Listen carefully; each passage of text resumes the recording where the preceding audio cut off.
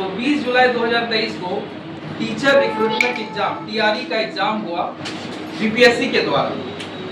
अब हमको इस समय तक कैसे हमको वहम हो गया कि हमको बहुत कुछ आता है, हम जो है कोई एग्जाम अब क्या है कुछ नहीं है, ऐसा वहम हो गया। क्यों हो गया ये भी बताएंगे। तो ऐसा वहम हो गया तो बड़े एकदम मजे से मनीष सर मेरे साथ जाने वाले मजे से गए एग्जाम सेंटर से बाहर, फोटो खिंचा रहे, वीडियो बना रहे कि अब तो ज्वाइनिंग लेटर लेके घर आना है।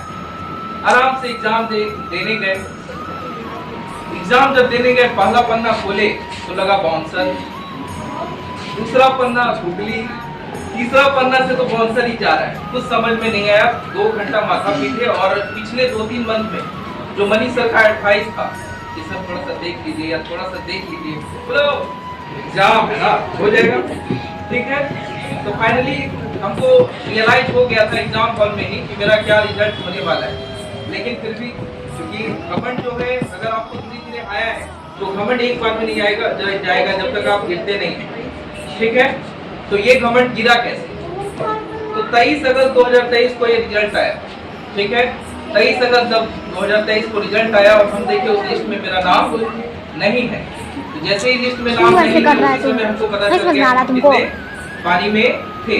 अब पूछेंगे सर इससे क्या सीख मिलता है? इससे क्या सीख मिलता है? इस कहानी से कोई सीख नहीं मिलता है। इस कहानी से बीता हुआ समय का 2-3 मंथ अगर हम पहले जाए तो उससे सीख मिलता है। क्या सीख मिलता है? हम जो छोटा छोटा स्टेप लेते हैं, जैसे 2023 में ही 2-3 अच्छा घटना घट गया, 10th का 2-3 बच्चे का अच्छा रिजल्ट आ गया, तो हमको लगा कि हम पढ़ाए तभी तो आया। ऐसा क्या होता है, एक वहम हो जाता है, ठीक है, जब आपके साथ सब कुछ अच्छा होने लगे। उसके बाद टीचर एलिजिबिलिटी टेस्ट होता है, उसमें भी बिना पढ़े एग्जाम दिए निकल गया। तो हमको लगा ओहो ये मतलब मेरे लिए तो ये क्या पीस ऑफ केक है, मतलब केक के समान है, ठीक है। उसके बाद जैसे पोस्ट ग्रेजुएशन हम कर रहे हैं तो सेमेस्टर 1 ऐसे ही निकल गया, पता भी नहीं चला, उसमें भी 77% आ गया। लगा वाह वाह, मतलब कुछ पढ़ना ही नहीं है, अब तो एग्जाम देना है और बस दे लेना है।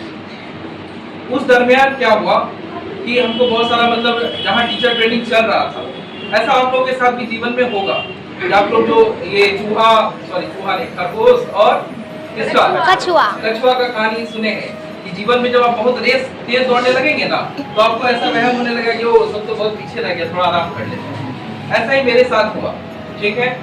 अब इस कहानी से आप लोगों से क्या सीख मिलता है इसको हम आगे एक्सप्लेन करेंगे, ठीक है।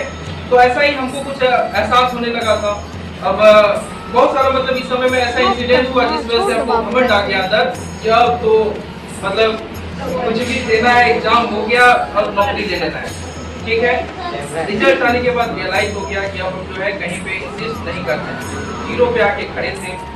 पता चला कि इस समय में जो हम अगर हम पहले से एहसास होता कि ये मेरा अच्छा एग्जाम नहीं गया है, हम उसको और बेहतर कर सकते हैं, तो उस बीच में हम और मेहनत कर सकते थे। लेकिन उसको रिजल्ट देखने के लिए हम और वेट किए। इस चक्कर में दूसरा भी एग्जाम हो गया, उसमें भी फेल। उसके बाद मल्टीपल एग्जाम हुआ, अभी तक हम क्या हुए, फेल होते चले गए।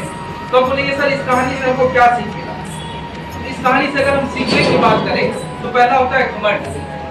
जिस दिन आपके अंदर ये घमंड आ गया कि वो मतलब हाँ जो है हम ही है या हम बहुत कुछ जान गए हैं, उसी समय आप समझ जाइए कि आप पीछा होना शुरू हो गए और वो बहुत जल्द आपको परिणाम दिखा देगा, ठीक है। दूसरा है लक्ष्य। आपका अगर लक्ष्य क्लियर है, ध्यान दीजिए सभी, अगर आपका लक्ष्य क्लियर है, विजन क्लियर है, कोई भी रुकावट आए, जैसे मेरे साथ क्या हुआ, हमको बहुत सारा प्रोग्राम होस्ट करने मिल गया, पॉपुलैरिटी हो गया, अब लोग मेरे बारे में पूछ रहे हैं, तो हमको लगा वाह वाह वाह, अब तो जो है हम ही है। तो आप लक्ष्य भटक जाएंगे और जैसे लक्ष्य भटक गए, आप जैसे लक्ष्य भटके, आप समझ जाइए कि आप फैलियर की ओर बढ़ना शुरू हो चुके हैं। तो दूसरा हमको क्या सीख मिलता है इस कहानी से? लग रहा है कि हम ज्यादा बोल कर रहे हैं। देखिए इस पूरे कहानी का तात्पर्य यही है कि अगर आपका गोल फिक्स है, अगर आपको पता है कि मेरा यही लक्ष्य है, इससे नहीं भटकते हैं, तो बहुत सही है, तो आप ससमय अपने लक्ष्य तक पहुंच जाएंगे। क्योंकि जो अपॉर्चुनिटी आपको पहली बार में मिलता है वो अपॉर्चुनिटी बार बार नहीं मिलता है। हो सकता है कि अभी जो टीआरई 3 या रिजल्ट आने वाला है उसमें मेरा हो भी जाए, या हो सकता है नहीं भी हो, लेकिन अगर हो भी जाएगा ना तो हम बहुत ज्यादा अपने आप में गर्व महसूस नहीं कर सकते, क्योंकि हम इस एक साल को फेस किए हैं और यही अनुभव से हम चाहते हैं कि आप लोग सीखें। जो अपॉर्चुनिटी अभी आपके सामने डायरेक्ट लक्ष्य है, अगर आप उसको देख पा रहे हैं तो आप आसानी से अचीव कर लेंगे। लेकिन अगर अभी भटकेंगे तो आने वाला समय आप लोगों को बहुत सारा डिफिकल्टीज फेस करना पड़ेगा, जो शायद अभी नहीं करना पड़ रहा है। कुछ बच्चे को हो सकता है कि अभी मजाक लग रहा होगा, हो सकता है कि अभी बात नहीं समझ पा रहे होंगे हम क्या कहना चाह रहे हैं। तो आगे अनुभव से, या तो आप किसी के अनुभव से सीख लें या नहीं तो खुद अनुभव करके सीखें। इतना ज़्यादा उम्र है नहीं कि हर चीज हम अनुभव करके सीखें, दूसरों के अनुभव से भी सीखा जा सकता है। तो इस पूरे कहानी का सार यही था कि आप लोग अभी भटकाव बहुत आएगा। हम जब मेरे जैसा आदमी भटक गया तो आप लोग बहुत ज्यादा मतलब उम्मीद नहीं कर सकते कि आप लोगों में भटकाव नहीं आएगा, भटकेंगे नहीं, क्योंकि आप पूछेंगे सर मेरे जैसा क्या, हम मेरे में क्या है, तो मेरे साथ मनीष सर थे, हमको हमेशा रोकने वाले, टोकने वाले, गाइड, टीचर सब कुछ बोल लीजिए। तो जब उनके रहते हम उनका बात इग्नोर तो जब उनके रहते हम भटक सकते हैं, मतलब अपने लक्ष्य से भटक गए। आज एक साल हम पीछे हैं, आज मेरे ग्रुप का जितना 10 बच्चे में 9 बच्चे का हो गया, सिर्फ 10वां बच्चा तो हम है। तो आप समझ जाइए कि आप जब पीछे हो जाएंगे, ग्रुप से पीछे हो जाएंगे, तो आपको बहुत गिल्टी फील होगा।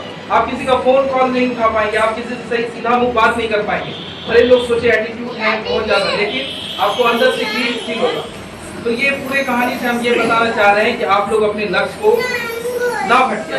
स्पेशली 10th पे थोड़ा विशेष ध्यान है कि थोड़ा सा डिफिकल्टीज आया, हम जो है नया रास्ता ढूंढने लगे। तो अपना लक्ष्य पे बने रहिए और जल्दी अपने लक्ष्य तक समय पहुंचिए। आज के लिए लगता है इतना ही।